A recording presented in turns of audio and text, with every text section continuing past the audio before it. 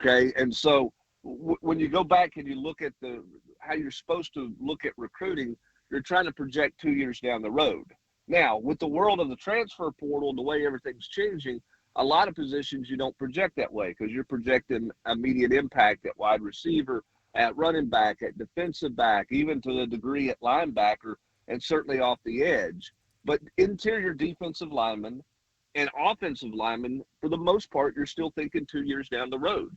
And I like this offensive line class that they have, including Satterwhite, Bennett Warren, Jesse Perry there from the mid-state as well. But I don't think any of those guys are in a situation where they're going to step in and be huge factors in the 24 season.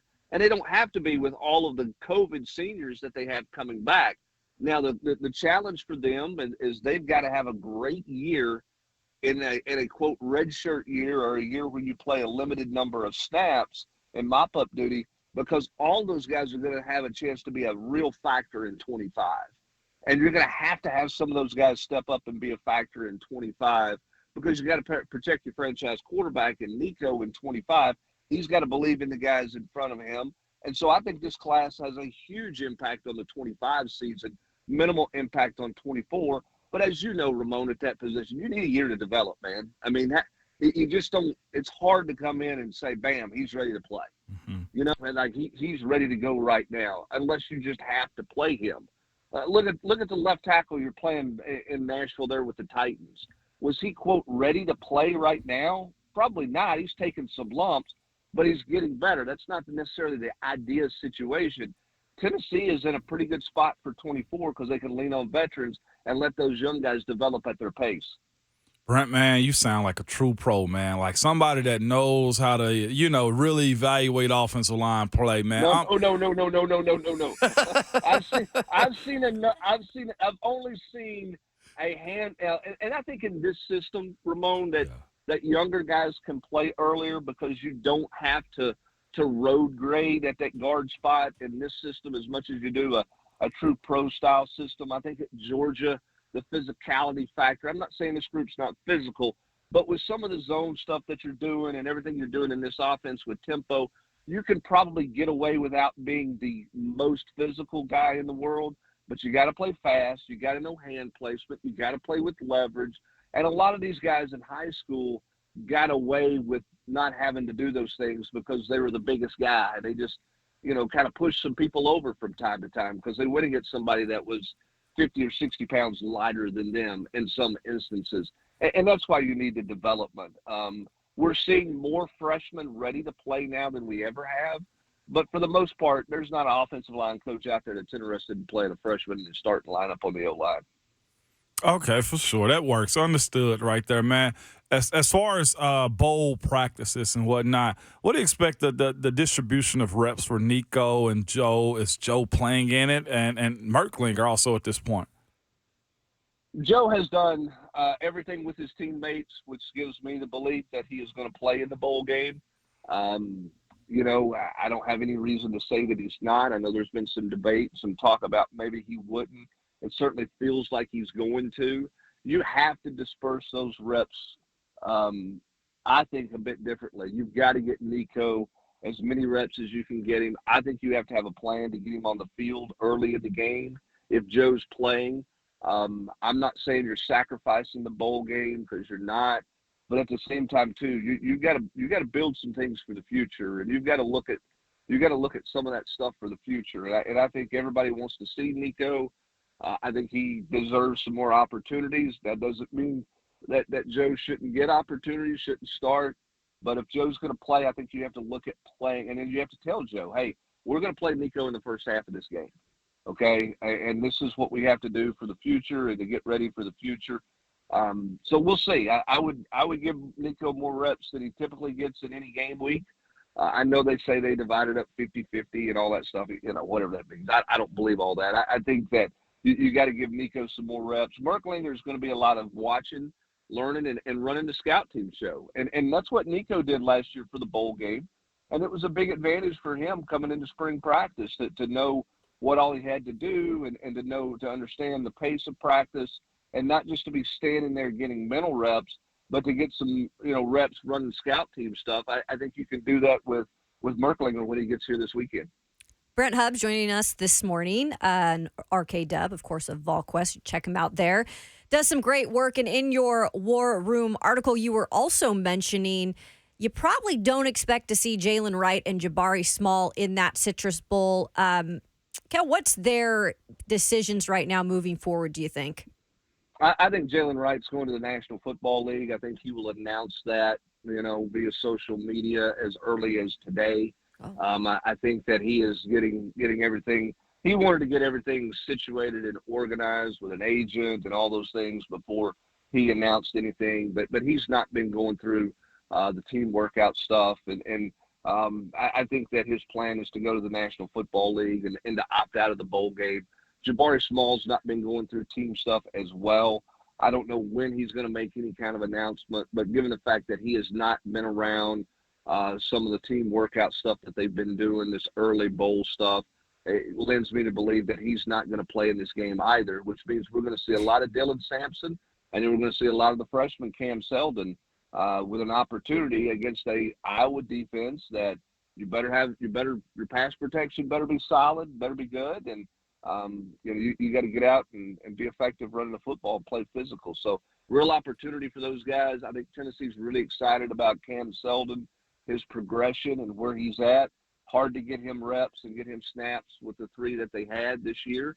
But obviously opportunity is going to present itself for him in this bowl game and for Dylan Sampson to kind of be the lead dog. So a huge chance for them.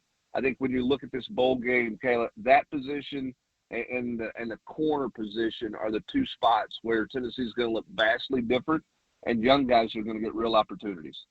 Brent, this is an out-of-the-box question kind of, but I'm just curious of pattern if you've seen anything. So when we talk about the NFL and free agencies, there's certain positions that it's just hard to grab a guy, right? I mean, offensive tackle specifically.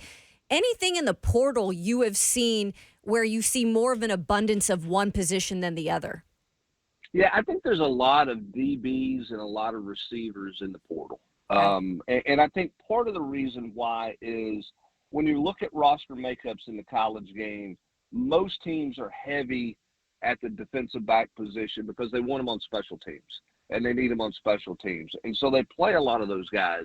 I think those guys are looking for opportunities to play elsewhere. So I think the days of carrying 20, 25 scholarship defensive backs are going to be hard to do because these guys are going to look to move around. So I think when you look out there, you're seeing a lot of defensive backs hopping around, moving around. Right now, this year you're seeing a lot of high-profile quarterbacks, and that's always going to be the case because you got one ball, and so you've either got a guy who's been setting like Brock Vandergriff, who's leaving Georgia to go to Kentucky, or you've got a guy like Riley Leonard who's at Duke who's not making as much money through NIL there as he can at Notre Dame, much the same way Sam Hartman went from Wake Forest to Notre Dame last year. So you're seeing that with the quarterback position. There's always going to be some quality names and quality talent, I think, in the portal at the quarterback position. The offensive tackles are going to command the most dollars for anybody because you can't sit there and say, other than a handful of high school offensive tackles, it's hard to say, hey, I'm going to bring in this 18-year-old and plug him in, and that guy's going to block James Pierce next year in the Southeastern Conference. But if I can get the tackle that's decided to go in the portal from SMU who's looking for more money, and he's played, and I've seen tape of him playing at the college level, he's of real value to me if I have a huge need at that position. So those guys are commanding a lot of money in the portal right now because of the need and because of the lack of number of bodies to pick from in the transfer portal at that spot. Brent Hubbs of VolQuest at On 3 with us. Brent, as Tennessee still waits on word from Brew McCoy about his status next season and beyond, does his plans affect what they want to do at the wide receiver position, or do you see them trying to take a receiver either way, regardless of what Brew does? I think they would take one because I think the roster numbers will yield that even if Brew comes back. I think that they would take a receiver. I don't think they would take anyone just to take anyone, but if the right guy wanted to come, I think they would take him. They had the kid in from Tulane last week on an official visit. They would love to get him, but he's at Colorado this weekend. He's a Texas kid who's going to visit some Texas things, and I think he is a guy that may visit Oklahoma as well. So I think that one is probably more challenging. Chris Brazel, by the way, is his name. It finally hit me. I'm old, Ramon. I can't remember names like I used to. It's all right. But he's a guy who was really productive for Tulane. I think Tennessee, he had a good visit. He spent a ton of time with Nico. You wonder where the Colorado thing is. Does he want to go out there and play with Sanders for 1 year? We'll see. But that's a guy Tennessee would take. Really no other receivers on the docket right now in terms of visiting. They might look at one in January. And you may have a guy or two go in the portal in spring after spring practice that you have some intrigue in there. So if it's the right one, they'll take one for sure. They're not going to take a body just to say they're taking a body, though. Brent, for a 10 p.m. Eastern time tip-off between Tennessee and NC State, do you go pot of coffee that late, or are you more of an energy drink guy? Oh, no, you can't drink energy drinks, man. Those things are bad for your heart. Tell him, Brent. And listen, my chest has been split open multiple times. They toyed with my heart in the operating room, so we ain't doing no energy drink. We will go really. We'll spice it up big time with some water. We'll probably add a little extra fruit in that to get me through the night tonight. There you go. I'm excited. 10 o'clock starts are brutal. Nobody likes the fact that this is a 10 o'clock start. It's a 10 o'clock start because it's a triple header out there. It's a marquee matchup. It's a made-for-TV event. And this is the new world of scheduling because it's harder with conferences playing more conference games. It's harder to get everybody across the country in December to play a marquee matchup. They're willing to go play these games in the Bahamas, New York, Maui, wherever in November. But when they get into December, a lot of teams are looking for just home payday games to get themselves ready for conference play. That's already beginning in some conferences around the country. So these December games are a little harder to schedule than they used to be. Tennessee liked the matchup with NC State. They did not like the TV draw, but welcome to the world of television.